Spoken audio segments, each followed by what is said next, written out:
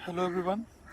तो आज हम जिस चीज़ के बारे में बात करने जा रहे हैं वो ये है कि जो चाइना से जो लिंक्ड 59 ऐप हैं, जो कि कंसर्न मिनिस्ट्री है, ministry of electronics and information and technology, जिसने इसको इंटरम तरीके से इंटरम बैन किया है इन ऐप्स को। तो इसके बारे में थोड़ा हम डिटेल ले जाएंगे, क्योंकि there is a lot of misinformation and disguised on the internet. ठीक है, तो this is something that I been covering since last few days, and I have a sufficient amount of deep into that. Okay, तो सबसे पहले मैं बता दूं आपको कि जो ये बैन है ये एक इंटरिम बैन है। ओके, ये फाइनल बैन नहीं है। ठीक है, इंटरिम बैन का मतलब है कि इसके आगे जो भी कंसर्न ऐप हैं या उनका जो मैनेजमेंट है वो पहले गवर्नमेंट को कोई रिप्लाई दे सकता है, कोई रिफॉर्म दे सकता है, या फिर कोई भी जवाब दे सकता है जिसके तहत उन ऐप्स के या उनमें से किसी ऐप पे इस बैन को रिवोक किया जा सकता है by the government itself. Okay, तो पहला तरीका ये है। दूसरा तरीका ये है, दूसरा जो चैनल है वो ऐप्स के पास ये है कि ये एप्लीकेशन कोर्ट में जा सकती हैं, है ना, बाय द कि हमारे साथ किस बेसिस पे डिस्क्रिमिनेशन किया जा रहा है।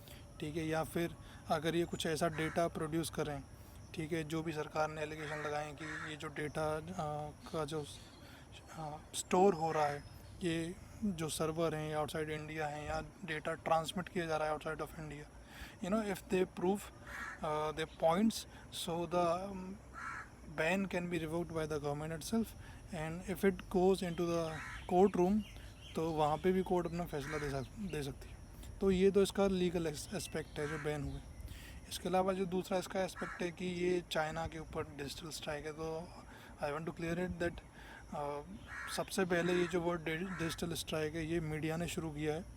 ठीक है, तो उसके बाद रविशंकर प्रसाद जी हैं जो हमारे कंसर्न मिनिस्ट्री के मिनिस्टर हैं, उनका ये स्टेटमेंट आया है, शायद कल आया है, कि ये डिजिटल स्ट्राइक है। ओके, तो बाकी ऑफिशियली अगर पीएम मोदी की बात करें या फिर किसी पीएम ऑफिस की बात करें या होम मिनिस्ट्री की बात करें, तो वहाँ से ऐसा कोई स्टेटमेंट नहीं आया एक्सेप्ट मीडिया, स्पेशली द गोदी मीडिया एंड जो हमारे मिनिस्टर हैं रविशंकर प्रसाद जी, उनके अलावा किसी ने स्टेटमेंट नहीं दिया। ठीक है, तो अभी इसको कहीं चैलेंज वगैरह तो नहीं कर सकते, क्योंकि अगर चाइना की बात की जाए तो वहाँ पे भी बहुत सारे प्लेटफॉर्म हैं। ठीक है, दुनिया के जो सबसे बड़े सोशल नेटवर्किंग प्लेटफॉर्म हैं जैसे कि फेसबुक, ट्विटर, ठीक है, यूट्यूब, वो वहाँ पे टोटली बैंड है। तो चाइना का ये क्लेम करना कि यार आप हमारी एप्लीकेशन कैसे बैन कर सकते हो, ठीक है, तो वहाँ पे तो वो टोटली हम डिफेंड कर सकते हैं अपने आप को। हाँ, बशर्ते हमारे कॉन्स्टिट्यूशन ने सबको कुछ राइट्स एंड गारंटीज दिए हुए हैं। ठीक है, तो मैं लीगल चैनल इसका बता चुका हूँ। ठीक है, तो चाइना का एस्पेक्ट ये, बाकी और कोई इसका कुछ एक्सपेक्ट नहीं है कि इसको कहीं और WTO वगैरह में चैलेंज किया जा सकता है। ठीक है, बट एक चीज़ जो मैं यहाँ पे क्लियर करना चाहूँगा कि जो हमने जो 59 ऐप्स हैं इनको बैन करने के लिए जो हमने रीज़न दिया है, that is to protect the territorial integrity and sovereignty of India.